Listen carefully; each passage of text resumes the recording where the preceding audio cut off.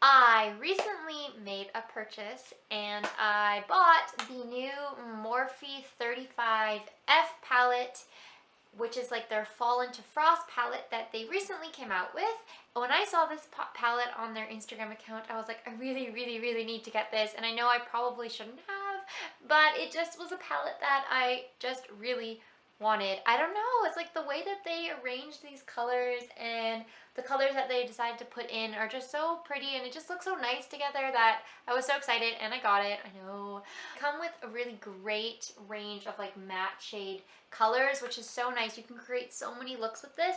And when I got it, I was like, I need to use like these cranberry shades here. So that's kind of what I did today. I don't know if the camera is picking up the color of these shadows very well, but they're very vibrant and very opaque, and they're just really great eyeshadow. So I wanted to create a look using this palette, and this is what I came up with. I thought it was like good for summer. It's kind of like bright and warm. It's really warm and just like really fun cranberry colors, and I think that's perfect for summer if you're going out to like a summer party or something. I just wanted to use this palette because I really like it and I was so excited about it. You'll probably see it a lot this summer. I can imagine that I'm going to be using this a lot.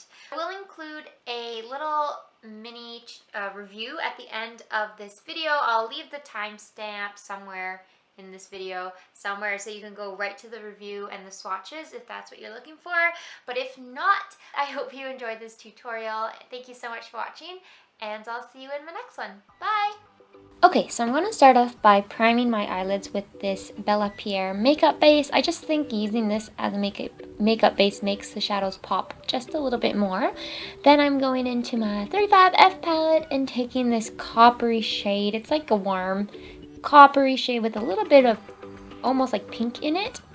And I'm just using a flat shading brush and placing this in the center of my eyelid and towards the inner corner. I'm just packing this on in that spot, and then I'm going back into the palette and grabbing this cranberry shade, and I'm taking a different flat shading brush, and I'm going to do pretty much the exact same thing I did with the copper shade, but in the outer half of my eye.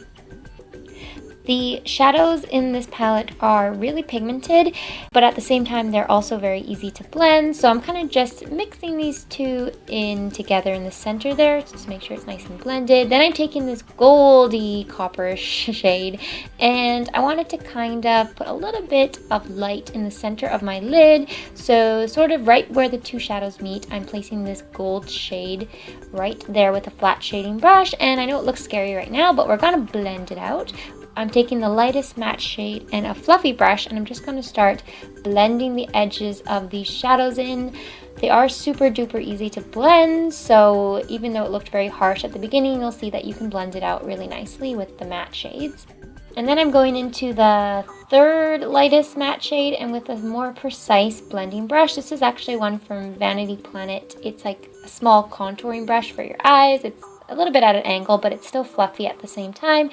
And I'm just sweeping this back and forth into my crease, just adding a little bit more warmth. And then I'm going back in with the cranberry shade. I'm just intensifying it a little bit. I thought it got a little too blended away, so I'm just deepening up the outer corner with that cranberry shade one more time. And I'm also doing the same with the coppery shade that we used earlier. Just intensifying it a little bit. And then I'm just taking the same fluffy brush we used for our first matte shade. I'm just blending it in together. Then I'm taking the deepest brown matte shade from the palette, and with that same precise blending brush, I am going to just smoke out my outer corner a little bit. I just thought that this deeper shade kind of made the cranberry shade blend a little bit nicer with the transition shade. And then I'm just taking a makeup wipe and cleaning up all the fallout that came from these shadows. There is a ton of fallout. I will warn you about that, so probably want to do your eyes first before you do your face. Then I forgot to actually intensify the gold shade in the center, so I'm just doing that now. The shadows are a lot brighter in person than they're showing up on camera, just so you know. I'm mixing my L'Oreal Infallible Pro Matte Foundation with this Manic Paic foundation in white. I think it's called Virgin. I only use that Manic Paic just to lighten up the foundation a little bit because it oxidizes to a shade that's like 2 times too dark for me, even when I am darker in the summer. So I have to mix in that white foundation to lighten it up a little bit. And I'm not using my Rimmel Lasting Finish foundation for like the first time in months. But I just wanted to do something a little different, so I'm using this L'Oreal Infallible Pro Matte Foundation. Then I'm taking my Maybelline Master Conceal Concealer and spot concealing with this. But I'm not going to be using this concealer under my eyes. I'm actually going to take my fitme foundation. I think this is in the shade 20. And I'm going to use that for under my eyes. It's a very yellow toned shade, so it's perfect for the under eye area, which I kind of like being a little bit more yellow now that it's summer and I'm a little bit more tan. I'm just blending this all in with my e.l.f. concealer brush. I really like to blend in my concealer with this e.l.f. brush lately, rather than my finger. I don't know why, I've just been doing that lately, so yeah. Then I am taking my RCMA No-Color powder with this Real Techniques setting brush, and I'm just going to set my under eye area so that there is no creasing. Also, because this Fit Me foundation is super dewy, so it looks a little bit greasy under there if I don't set it. Then I am taking my NYC bronzer in the shade Montauk Bronze. I have no idea why I was making that face while I was holding up this bronzer. Oh, and I was home alone when I was filming this, and I kept hearing like these funny noises. It almost sounded like footsteps in my attic. I don't know, I was really creeped out. So I look kind of scared when I'm doing my bronzer, but you know, when you hear noises when you're home alone, that is what was happening to me during this moment. It would have been terrifying if there was like, you know, a murderer in my house at the time I was filming a YouTube video. Then I am taking my favorite blush at the moment. This is the Essence blush in the shade Autumn Peach. It's just a perfect blush. It is like, it works with every single eye look, so I'm just using it today on my cheeks. I'm using this brush from Vanity Planet. It's like their contouring brush. I really like it. It's really great. Then I'm taking my favorite highlighter. This is the e.l.f. Illuminating palette. I'm taking the lightest shade from the palette in this fan brush, again from Vanity Planet, and I'm just highlighting the high points of my face. This is the most like natural looking highlight I've ever used. It's perfect for this time of year. I don't know, I just really like it. I'm back to finish my eyes, and I'm using my Annabelle waterproof eyeliner, and I'm just lining my lower lash line, and then I'm taking that same lightest matte shade in a small crease brush, and I'm just blending and diffusing that eyeliner out just a little bit. Then I'm taking that same cranberry shade we used on our outer lid, and I'm going to sweep that into my inner corner. And then I'm going and taking this dark, deeper purple shade, and I am going to run this along the outer half of my lower lash line. I'm going back into the palette and grabbing the matte black shade and this small angled brush, and I'm going to kind of use this as my eyeliner today. I didn't want to do like a very harsh dark liner, so I'm just using the shadow to do it. I will say though that I won't probably use the shadow again to do eyeliner. It was just really powdery. You can already see there's like so much fallout from this shade, and I was not expecting that, so I probably use a different matte black if you're going to use this as eyeliner. Oh yeah, so I got it all under my eyes, but I just wiped it away with some concealer after. And then I am applying mascara, and this is my L'Oreal Voluminous Carbon Black Mascara. I'm going to be applying this to my bottom and my top lashes. It's one of my favorite mascaras. It's very volumizing. Is that how you say it? I don't know. It's really nice. And that pretty much completes my eyes. I'm just going to use that same highlighter I used on my cheeks and my nose and stuff to highlight my inner corners, and then your eyes are finished. To finish off the look, I'm just applying my Milani Color Statement lipstick in the shade Teddy Bear. It's just a very like warm light brown shade. I don't know why I used it, but whatever. And that completes this look. So I hope you guys enjoyed this tutorial. Thank you for watching, and if you would like to hear my review and thoughts on this palette, just stay tuned till the end. Bye! So, if you made it to this part of the video, that means you are here for the review on this 35F palette. This is Morphe's newest palette that they came out with. It has 4 rows of metallic shades and then 1 row of matte. So this row up here is all matte shades, and it comes with a pretty good variety of matte shades. You've got some lighter, creamier shades and then the darker, deeper shades, and then these are all metallics. There are a couple that I think are more satiny than metallic. Like this one, these two right here, I think are a little bit more like this brown and this like grayish brown.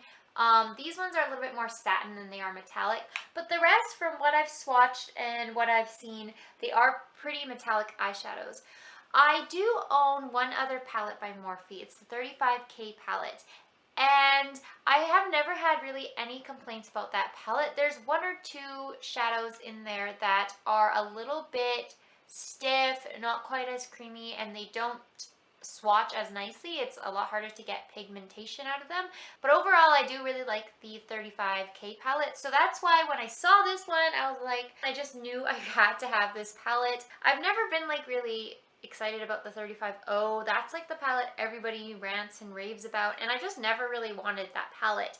And I didn't think I would actually buy another Morphe palette, but then when they released a picture of this on their Instagram page, I was like, nope, I'm getting it. Like, I really, really wanted this palette. It looked so pretty, and it really did not disappoint at all. You've got such a great range of metallic shades that for whatever look you were doing, if you were missing a certain shade that you really wanted, you could probably find it in this palette. They give you some really nice coppery shades. They give you some really unique like cranberry shades that you don't see in a lot of drugstore eyeshadow palettes these days. You've got this one right here, which is almost like an olive, this one.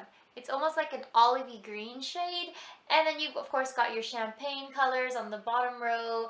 And you just got such a great range of colors that you could create so many different looks with this. I do wish that maybe they had included like 2 rows of mattes instead of just 1.